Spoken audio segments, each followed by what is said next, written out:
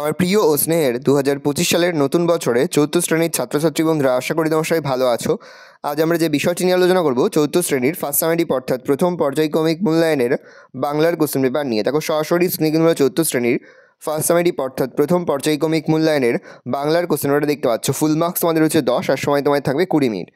একে থেকে রয়েছে এলোমেলো বর্ণগুলি সাজিয়ে শব্দ তৈরি করো। প্রশ্নের মান হাফ করে হাফ গুণ 2 = 1।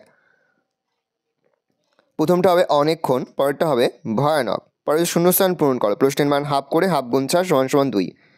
বসে গেছে সবাই আজই ড্যাশ আয়োজনে, তবে বিপুল। টেলিভিশন নাকি একটা ড্যাশ মতন আমার দিদি বলেছে, বাক্স।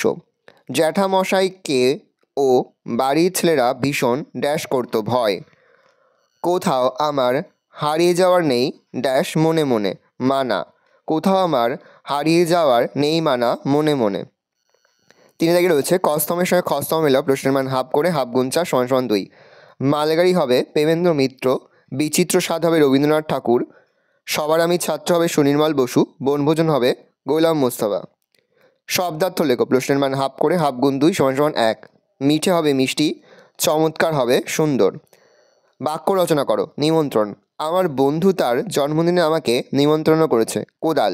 লোকটি তার বাগানে কোদাল দিয়ে মাটি কোপাচ্ছে। একটি বাক্য উত্তর দাও। প্রশ্নের মান হাফ করে হাফ গুণ 3 = 1.5। ছাগলছানা ষাঁড়ের সঙ্গে বনে গিয়েছিল কেন? দোতলা পুতুল ঘরকে সুন্দর করে সাজিয়ে দিয়েছিল।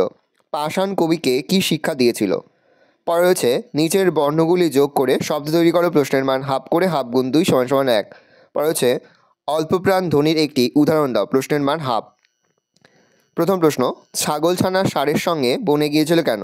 ছাগলছানা ঢের ভালো ঘাস বেশি করে খাবার ইচ্ছায় ষাঁড়ের সঙ্গে বনে গিয়েছিল। দোতলা পুতুল ঘরকে সুন্দর করে সাজিয়ে দিয়েছিল। লেখিকার মা পাষাণ কবিকে কি শিক্ষা দিয়েছিল? আপন কাজে কঠোর হতে শিক্ষা দিয়েছিল। নিচের বর্ণগুলি যোগ করে শব্দ তৈরি করো। প্রথমটা হবে সবাই, তারপরে হবে কিলিবিলি। অল্পপ্রাণ ধ্বনির একটি উদাহরণ দাও, উত্তর হবে ক। এই রয়েছে টোটাল তোমাদের ফার্স্ট সামেটিভ অর্থাৎ প্রথম পর্যায়ক্রমিক মূল্যায়নের চতুর্থ শ্রেণীর বাংলার কোশ্চেন পেপার। ভালো, তোমার কোশ্চেনটা দেখে নাও। আশা করি ভিডিওটা ভালো লেগেছে। ভিডিওটা ভালো লাগলে ভিডিওকে লাইক করতে দিতে ভুলবেন না। আর আমার চ্যানেল নতুন হাত লাল কালার সাবস্ক্রাইব প্রেস করে পাশে বেল আইকন প্রেস করো, যখন নতুন কোনো ভিডিও আপলোড করি সবার ফার্স্ট নোটিফিকেশন পেয়ে যাও। আর এই ভিডিওটি তোমার বন্ধু বান্ধবী আত্মীয় স্বজন সবার মধ্যে কিন্তু অনেক শেয়ার করে যে বছর চতুর্থ শ্রেণীতে পড়ছে। আমরা কিন্তু ইতিমধ্যে চতুর্থ শ্রেণীর প্রতি বিষয়ের সিলেবাস, প্রশ্নকাঠামো এবং নমুনা প্রশ্নপত্রটা আপলোড করে দেবো। এখনও পর্যন্ত সেই ভিডিওগুলো না দেখে থাকো, ভিডিওগুলো কিন্তু তাড়াতাড়ি দেখে নাও। তোমাদের সকলকে জানাই আগাম পরীক্ষার অনেক শুভেচ্ছা এবং অভিনন্দন। আশা করি সকলের পরীক্ষায় খুব ভালো হবে। কোনো প্রশ্নের উত্তর লিখতে বা বুঝতে কোনো রকম অসুবিধা হয় তাহলে কিন্তু নির্দ্বিধায় কমেন্ট সেকশনে কমেন্ট করে জানাতে একদমই ভুলবে না। ভালো করে দেখে নাও কোশ্চেন পেপারটা।